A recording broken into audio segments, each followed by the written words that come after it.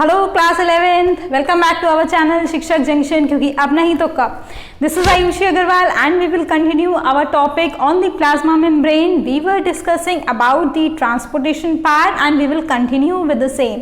तो last lecture में हमने एक टैब्यूलर फॉर्म के थ्रू पूरा का पूरा ट्रांसपोर्टेशन का जो ओवरव्यू था वो डिस्कस किया था, और मैंने आपको साथ ही साथ उन जो मेन प्रॉपर्टीज थी उसके बेसिस पर 4 तरीके के ट्रांसपोर्टेशन सिस्टम्स जो हैं वो डिस्क्राइब किए थे। अब बारी आती है उनको डिटेल में डिस्कस करने की, तो we will move on with that particular thing.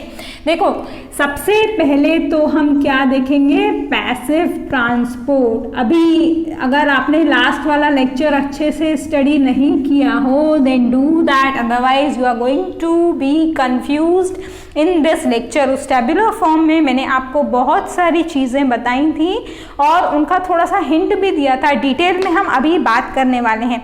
देखो, एक्टिव और पैसिव ये दो मेन मेथोडोलॉजीज हैं how the molecules are getting transported from the plasma membrane. Passive में they do not require energy and active transportation में they do require energy for the transportation purpose, right? This is the basic criteria for classification the transportation process. अब जैसा कि हमने बोला passive transportation में, तो this passive transport it allows the movement of certain molecules, for example oxygen, carbon dioxide into the cells without the aid of the expenditure of the energy. Energy मतलब ATP का expenditure नहीं होता है इनके transportation process में. That is why they are termed as the passive transport. Very simple, very easy to understand, है ना। अब देखो, कंफ्यूजन वाले पॉइंट्स आना शुरू हो जाएंगे। ज़रूरी नहीं है कि सिर्फ ऐसे छोटे छोटे मॉलिक्यूल जो हैं वही सेल के अंदर आए, बड़े मॉलिक्यूल्स, पोलर मॉलिक्यूल्स, ठीक है, उसके अलावा चार्ज्ड मॉलिक्यूल्स ये भी चाहिए होते हैं in order to move from the cell और into the cell. So how they will aid in the transportation और what actually will lead to the transportation of these particular molecules. ज़रूरी नहीं है कि हर किसी ट्रांसपोर्टेशन प्रोसेस में energy की रिक्वायरमेंट हो, और अगर आपने जो हमने डायग्राम देखा था फ्लूइड मोज़ेक मॉडल, अगर वो भी अच्छे से पढ़ा हो मेरे साथ में, अगर नहीं पढ़ा और अगर कोई भी डाउट आता है तो you are free to make your doubts clear with me through the comment section or through the Gmail ID. I have told you very many times, है ना। अब ये जो प्लाज्मा मेम्ब्रेन का हमारा लिपिड बाइलेयर स्ट्रक्चर था उसमें ये जो हाइड्रोफिलिक और हाइड्रोफोबिक पार्ट थे उससे आपको क्लियर अभी तक तो ये हो गया होगा कि अगर मॉलिक्यूल हाइड्रोफोबिक है स्पेशली, तब तो वो ये लिपिड की बाइलेयर जो है वो उसके कोर में, क्योंकि ये जो होता है वो हाइड्रोफोबिक पार्ट ही होता है। ये मैं बार बार इसीलिए रिपीट करती हूँ because this part is confusing sometimes. आपको याद नहीं रहता कि ये टेल हाइड्रोफोबिक है या ये हेड हाइड्रोफोबिक है ना। तो जो टेल होती है हमारी हाइड्रोफोबिक पार्ट, वो मॉलिक्यूल्स को अलाउ कर देती है। कौन से? वही हाइड्रोफोबिक मॉलिक्यूल्स को, क्योंकि हाइड्रोफोबिक इंटरैक्शंस हो जाएंगे और मॉलिक्यूल सीधे सीधे पास हो जाएंगे। लेकिन इन केस अगर मॉलिक्यूल हमारे हाइड्रोफिलिक हुए, फॉर एग्जाम्पल वाटर, अब वाटर तो मूवमेंट तो सेल के अंदर या बाहर होना ज़रूरी है because most of our body is made up of this watery component. तो अगर इस वाटर का ट्रांसपोर्टेशन अच्छे से नहीं हुआ then obviously our cell will not be able to perform certain functions. तो इस वाटर का मूवमेंट कैसे होगा, है ना। ये एक बहुत बड़ा क्वेश्चन हो जाता है हमारे लिए अगर, और ये क्वेश्चन तभी आएगा आपके दिमाग में अगर आपने जो हमारे लास्ट लेक्चर्स थे उनको अच्छे से पढ़ा होगा, ठीक है। मैं इसीलिए आपको बता रही हूँ so that you are very clear whether you have understood the content up to the mark और not. If not, go visit the video again, visit the lecture again, and if you have any doubts I am there to help you with your queries, right. तो अब देखो water का transportation कैसे होगा। Water के साथ साथ बहुत सारे ऐसे छोटे छोटे मॉलिक्यूल्स हैं। वाटर के साथ साथ एक और ले लो, चलो, ग्लूकोज, इसका ट्रांसपोर्टेशन कैसे होगा हमारी सेल के अंदर, तो उन सब के ट्रांसपोर्टेशन के लिए what we have is a specially designed transportation system that is known as the facilitated diffusion. Okay देखो डिफ्यूजन है दैट मीन्स एनर्जी तो नहीं चाहिए इसको, लेकिन फैसिलिटेटेड है इसका मतलब कुछ और फैसिलिटीज चाहिए, और वो फैसिलिटीज किसके फॉर्म में मिलेगी इसको, वो फैसिलिटीज मिलेगी इसको स्पेशल ट्रांसमेम्ब्रेन प्रोटीन्स के फॉर्म में, जो हमने अपने फ्लूइड मोज़ैक मॉडल के केस में स्टडी किए थे। You remember that we have studied certain transmembrane proteins in the form of integral proteins which are there present in the membrane which will only help in this facilitated diffusion। तो जो हमारे facilitate करने के लिए molecules हुए वो क्या हुए, transmembrane proteins। ठीक, सबसे पहली बात तो आपको ध्यान में यही रखनी है कि this facilitated diffusion does not require the need of the ATP और the energy for the movements for the molecules to pass through. ठीक, अब देखो इस फैसिलिटेटेड डिफ्यूजन को इस फैसिलिटेटेड डिफ्यूजन के ट्रांसपोर्टेशन को और थोड़ा डिटेल में जाने से पहले I will draw a flow chart है। अब पैसिव तो हो गया है ना, I will draw a flow chart and I will explain you with that flow chart how this facilitated diffusion is going to help in the movement of these molecules. उसके अलावा और बहुत सारे मॉलिक्यूल्स होते हैं, जैसे आयंस होती हैं जिसका मूवमेंट कराना होता है, चार्ज्ड मॉलिक्यूल्स होंगे जिसका मूवमेंट कराना होगा प्लाज्मा मेम्ब्रेन को, जैसे कि सोडियम हो गया, पोटेशियम हो गया, कैल्शियम हो गया, इन सब का थोड़ा थोड़ा रोल तो आप अपने लोअर स्टैंडर्ड्स में भी पढ़ के आ चुके हो। तो वो कैसे होगा, देखो ये हो गए हमारे ट्रांसपोर्टर्स। ठीक है, ये ट्रांसपोर्टर्स जो हैं वो यूजुअली हमारे वही ट्रांसमेम्ब्रेन प्रोटीन हैं जो हमने स्टडी किए थे अपने फ्लूइड मोज़ैक मॉडल में। ये ट्रांसपोर्टर्स को हम दो पार्ट्स में क्लासिफाई कर सकते हैं। कैसे, सबसे पहले आएंगे हमारे चैनल्स। याद करो उस जो हमने मॉडल बनाया था उसका डायग्राम, उसमें मैंने ग्रीन कलर से, देखो मैं कलर भी आपको इसीलिए याद दिला रही हूँ so that you may get notified in your mind कि वहाँ पर क्या था, क्योंकि यूजुअली पिक्टोरियल रिप्रेजेंटेशन से हमें याद आ जाता है। तो चैनल्स जो थे वो मैंने वहाँ पर ग्रीन कलर से बनाए थे उस फ्लूइड मोज़ैक मॉडल में। ठीक है, तो ये जो चैनल्स हैं वो आएंगे। दूसरा जो आएगा हमारा वो आएंगे हमारे कैरियर प्रोटीन्स। ठीक है, स्पेशली यही है हमारे, वैसे तो सारे के सारे ट्रांसमेम्ब्रेन प्रोटीन्स के अंदर आएंगे और कैसे आएंगे वो मैं अभी आपको बताऊंगी। ठीक, तो चैनल जो होंगे वो दो तरीके के चैनल्स आएंगे हमारे, कौन कौन से, गेटेड और नॉन गेटेड। और जो हमारे कैरियर्स आएंगे they are included within the 3 categories and what are they, uniporters, then what comes is the symporters and the last one is the antiporters। सबके नाम से ही मैं समझाऊंगी आपको कि क्या क्या डिफरेंस होता है, but as of now you must remember कि चैनल जो है वो गेटेड और नॉन गेटेड है, कैरियर्स में यूनिपोर्टर्स, सिम्पोर्टर्स और एंटीपोर्टर्स हैं। अच्छा, पहले एक और बात देखो, डिटेल में जाने से पहले हमें कुछ बेसिक चीजें भी पता होनी चाहिए, है ना। वो बेसिक क्या, why we require this facilitated diffusion or why at all we require this transporters to carry the molecules within the cell membrane।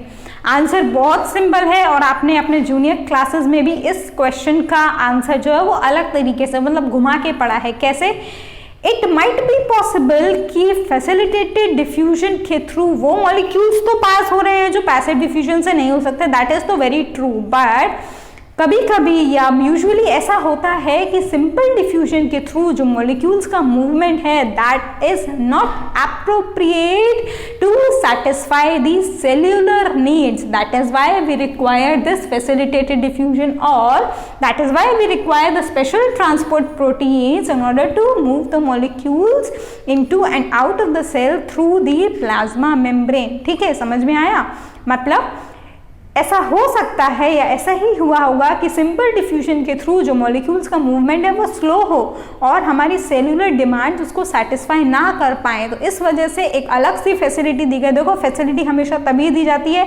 जब जो हमारा नॉर्मल है चैनल ट्रांसपोर्टेशन का वो सेटिस्फाई ना करे उसकी डिज़ायर को, इसीलिए प्लाज्मा मेम्ब्रेन ने भी उसको सेटिस्फाई करने के लिए क्या प्रोवाइड करा दिया वहाँ पर, हमारे ट्रांसपोर्टेशन के लिए प्रोटीन्स। अब एक एक करके डिस्कस करेंगे। सबसे पहले आएगी हमारी चैनल प्रोटीन्स की बात।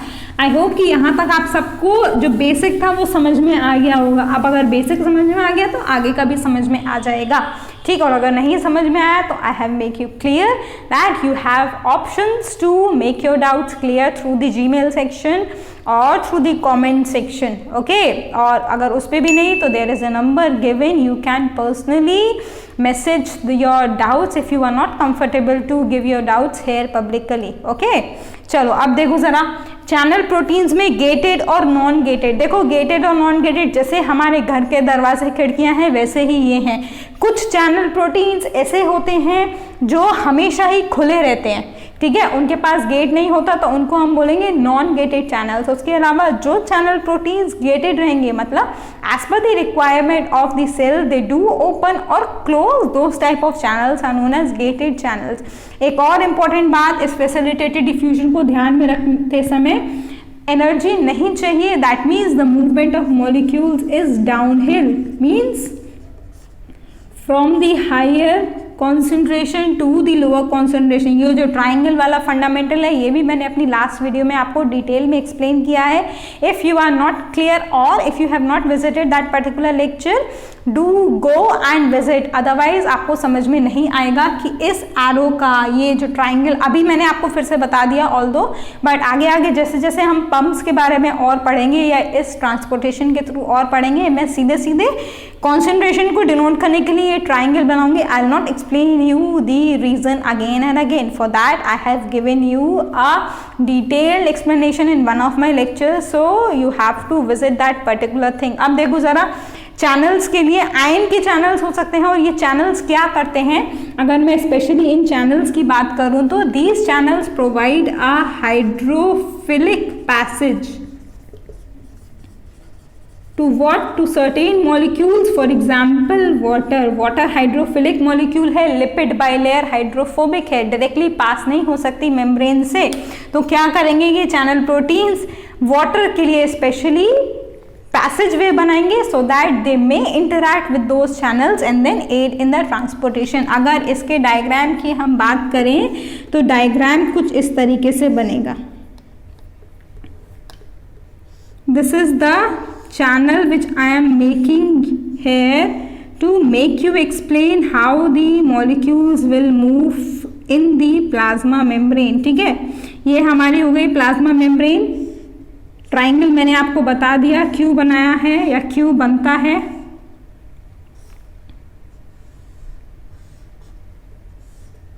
अब आपको समझ में आ गया होगा कि ये गेटेड चैनल है कि नॉन गेटेड चैनल है। देखो मॉलिक्यूल्स आर मूविंग, वैसे तो ये उल्टा बनाया है एरो, जहाँ से मैंने चैनल ओपन किया है उसके अकॉर्डिंग अगर बात करें तो ये कुछ ऐसा बनना चाहिए, ठीक है। मॉलिक्यूल्स आर प्रेजेंट हेयर,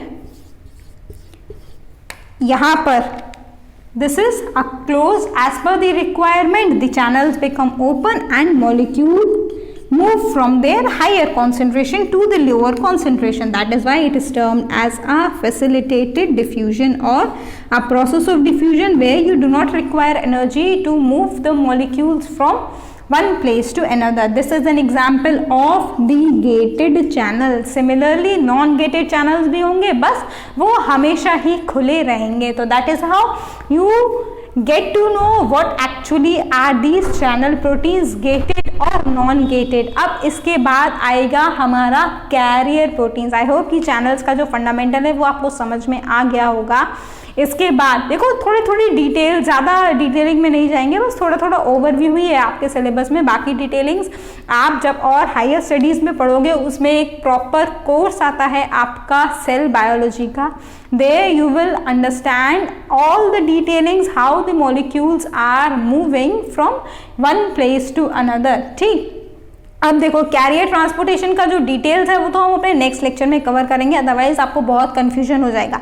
हाँ, एक चीज जो मैं आपको यहीं पर बताऊंगी इस कैरियर प्रोटीन्स के लिए जो आपके नेक्स्ट लेक्चर का बेस बनाएगा, that is the movement of molecules. एक पॉइंट तो मैंने आपको बता दिया कि मॉलिक्यूल्स का जो मूवमेंट है वो किस बेसिस पर रहता है, that is on the basis of its hydrophobicity, क्योंकि हमारी जो लिपिड बाइलेयर है उसका जो कोर है वो हाइड्रोफोबिक है इन नेचर। ठीक, एक तो ये हो गया। दूसरे टाइप के मॉलिक्यूल जो हमारी प्लाज्मा मेम्ब्रेन के थ्रू मूव करते हैं, that are the charged molecules, although this is not there in your syllabus detail में, but yes it will help you how these carrier proteins work actually. ठीक, तो या फिर फैसिलिटेटेड डिफ्यूजन का एक और बेस आपका स्ट्रॉन्ग करने के लिए ये पॉइंट शायद आपको मदद करेगा। हाइड्रोफोबिसिटी के बेसिस पर तो मॉलिक्यूल्स का मूवमेंट हो रहा है, लेकिन जो मॉलिक्यूल्स चार्ज्ड हैं, जैसे कि हमारा एग्जाम्पल ले लो, sodium ion, potassium ion, calcium ion, है ना, सारी पॉजिटिव लिए, चलो नेगेटिव भी ले लेते हैं, बहुत सारी हैं, etcetera, the list goes endless. तो ऐसे जो मॉलिक्यूल्स हैं इनका मूवमेंट सिर्फ और सिर्फ हाइड्रोफोबिसिटी पे डिपेंड नहीं करता, वो जो आयन है या जो मॉलिक्यूल है वो क्या चार्ज कैरी कर रहा है, that also decides the movement of molecules through the plasma membrane.